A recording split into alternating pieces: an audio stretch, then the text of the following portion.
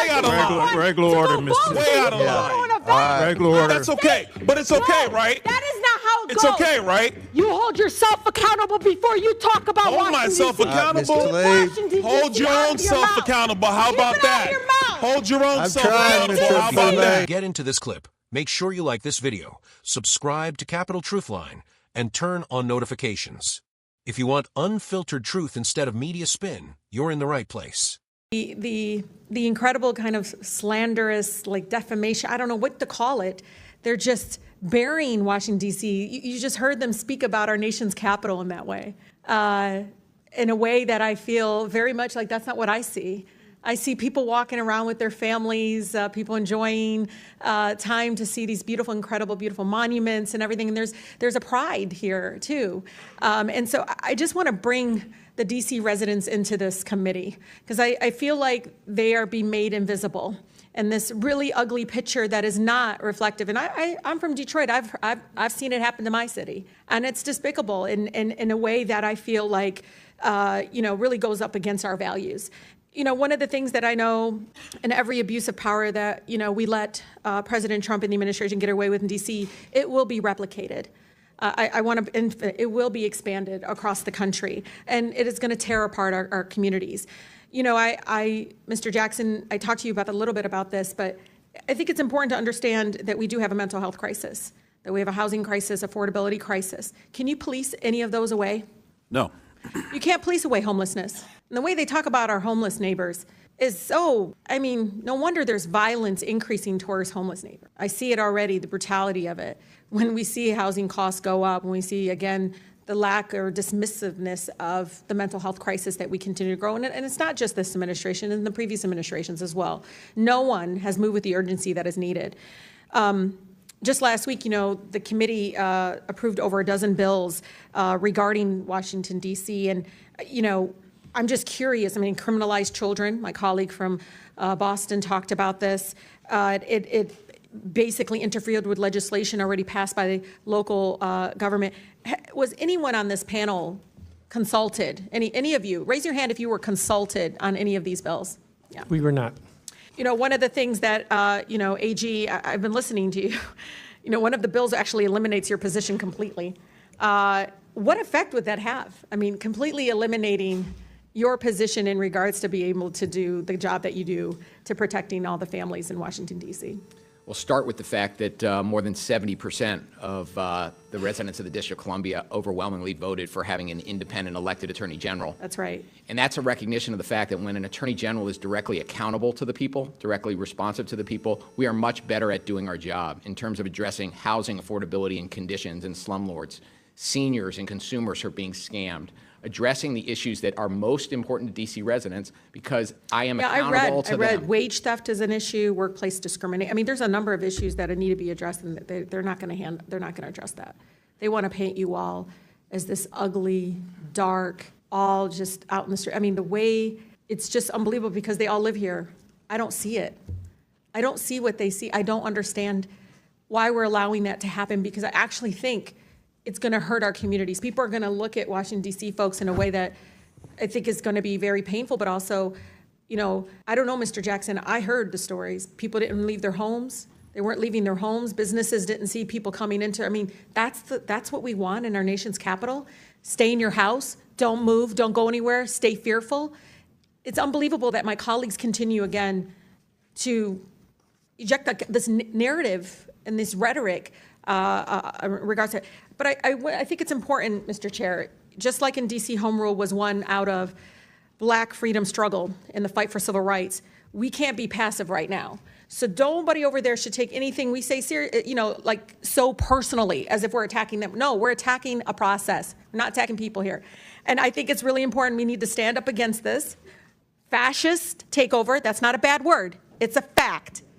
And here in D.C. and across the country, it is so incredibly important, Mr. Chair, that this committee does not allow rhetoric that defames or paints Washington, D.C. in a way that you all haven't really truly seen. You're just reading it. No, you're just reading it or something off of some. Will the gentlelady yield to a question? Yeah, I think it's really important. Will the gentlelady yield? No, I don't yield. I don't even have time. I can tell you. Your time's expired. It is expired, but Tlaib, Mr. Chair, I'm but you all live like here, Mr. and Tlaib. you're not telling people the beautiful parts that you do see in our Mr. nation's Tlaib. capital. And no, it's just wrong how we're Oh, doing that- it. Chairman, I think it's Wrong. insane that the But you're young lady gonna doesn't look have at an Burns argument, and but she's going to Washington, D.C. as a refer bunch to of me and some of my criminals. You yield to colleagues. Mr. Mr. Chair, Donald. We were you from the know Third this. Reich. This is You're insane. gonna look at It's 14, insane. 15-year-olds as It's a bunch of insane. criminals? It's insane. Oh, Do you're I look like a not member of the saying Third that. Reich to you, Ms. Please, Tlaib? please, Is that what I look like please. to you? You're the one taking your voting Is that what card, you think? giving it Is that to what you somebody, think? giving Is it that your what you card. think? No, that's unethical. I think it's radical and I think it's insane. And I'll respect everything that you say. But to say something like that to myself and all of my colleagues is way out of line. It's way out of line.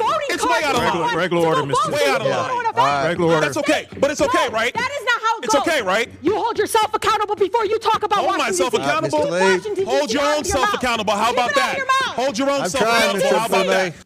Thank you, Chairman. This is my third term on the Oversight Committee. We've been talking about illegal immigration and oversight the entire time. I remember we had a group of this committee that went down to the El Paso section of the border. This was back in February, March of 2021. And during that time period, we were at one of the holding centers, and there were these buses that were coming to the detention facility, and they were picking up 30 kids, 50 kids at random, walking out of the facility.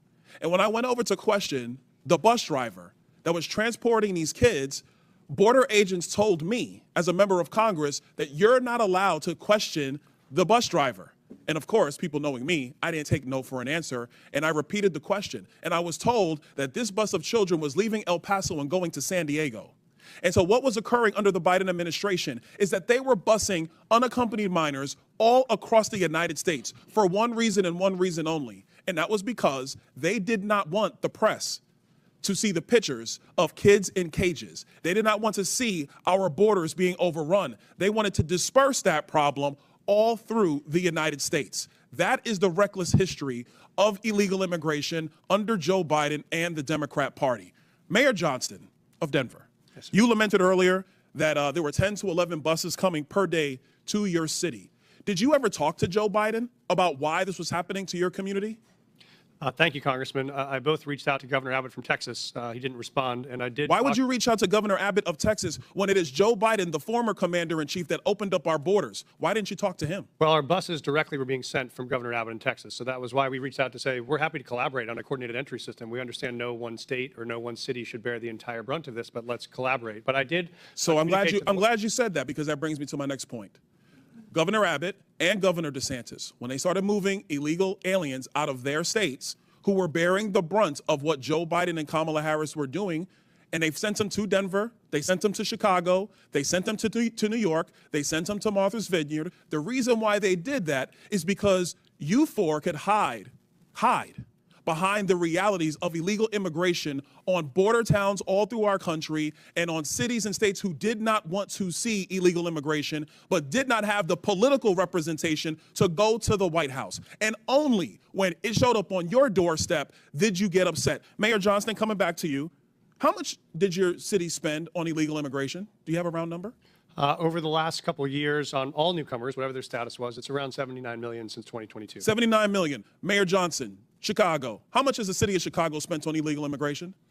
If you're referring to the 2022 up to 2024 of the buses coming from Texas, roughly the same percentage of the state of Texas, about 1% of our overall budget. What is that? Because we don't have the city's budget in front of me. Numbers. It's 1%, and if you want the actual calculation, we can make sure someone. You're the mayor. You don't have the math in front of you. It's 1% of the overall budget over the last 4 years. That's why you're a failing which mayor. is the Mayor same Adams, number that how was much did sent the city from of us New from York the actually state spend of on Texas. illegal immigration? Mayor Johnson, I already asked you. You don't have a hard number, and if you don't have a hard number, you're not running your city well. Mayor Adams, how much did the city of New York actually spend on illegal immigration? $6.9 billion of taxpayers' dollars. $6.9 billion of taxpayer money on a problem that was fostered on the American people. Mayor Wu, in the city of Boston, how much did you spend? We don't ask about immigration status and delivering city You don't services, ask so about we how don't much have money that the city number. of Boston has spent on illegal immigration? We Are you don't out of your distinguish mind? between immigration status. Do you as manage part your of our budget city or not, policies. Mayor Wu? That is how we keep Mayor our city Wu, safe. do you manage we your have budget or the not? numbers to prove it. I manage my budget. I have a AAA bond rating dating back 10 years. So to the city of Boston, budget. just understand that your mayor does not care how much of your resources she has spent on people who are not citizens The city of of Boston the city of is Boston. sick of I'm having people reclaiming my outside time. Boston Mr. telling Beer, us what Mr. we Beer, I have need. a question for you because I understand Cato's perspective when it comes to illegal immigration. I understand that the Cato Institute for a long time has had a standard of actually having open immigration into the United States. Generally speaking, I don't want to get into specifics. We support legal immigration. We want immigration to be legal. Let me ask you this question, because one of the great libertarians of the modern era, Milton Friedman, famously said, you can either have open borders or a welfare state, but you have to choose. Mr. Beer, what do you choose? Milton Friedman said he wanted to allow illegal immigration to continue. I disagree with Milton Friedman's position on that. We should have legal immigration and build a wall around the welfare state, not around the country. That's in the best interest of taxpayers. And I would argue that under the current system where you have sanctuary cities popping up, it is not possible to build that wall. So America has to choose, Mr. Beer, you're done. America has to choose between securing our nation or protecting the taxpayer. What you're about to see is not an isolated incident. It's a pattern of behavior that's followed Rashida Tlaib for years, from activist protests to the halls of Congress. The only thing that's changed is the setting. Years ago, we all saw the footage of Tlaib being physically removed from a protest, screaming and refusing to follow basic order. Fast forward to today, and we're watching the same conduct play out again, except now it's in Congress and aimed directly at Congressman Bryon Donalds. As the hearing unfolds, Tlaib doesn't offer solutions. She doesn't offer numbers. She offers feelings. She talks about how she personally experiences Washington, D.C., how she sees monuments and families, and how criticism of the city is somehow slander or defamation. That may sound nice, but governing a country is not about personal anecdotes. It's about reality. Then Bryon Donalds steps in, and this is where the contrast becomes crystal clear. He doesn't raise his voice. He doesn't call names. He asks questions that matter. How much money has been spent? What are the real consequences of sanctuary city policies? Who is paying the bill? That's when the tone shifts. Instead of answers, we get outrage. Instead of accountability, we get accusations of fascism.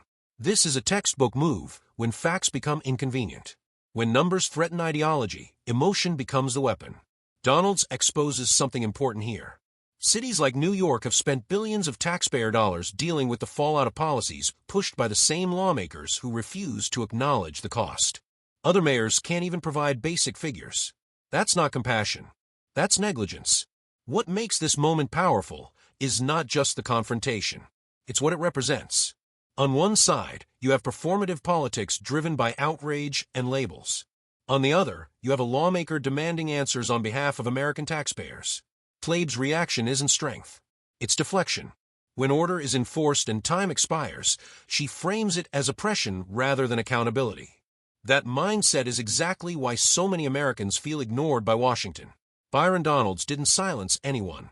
He did something far more dangerous to the radical left. He exposed the cost of their ideas. And once that happens, the shouting always follows. This is the difference between activism and leadership. One survives on emotion. The other stands on facts. And moments like this are why Americans are paying closer attention than ever.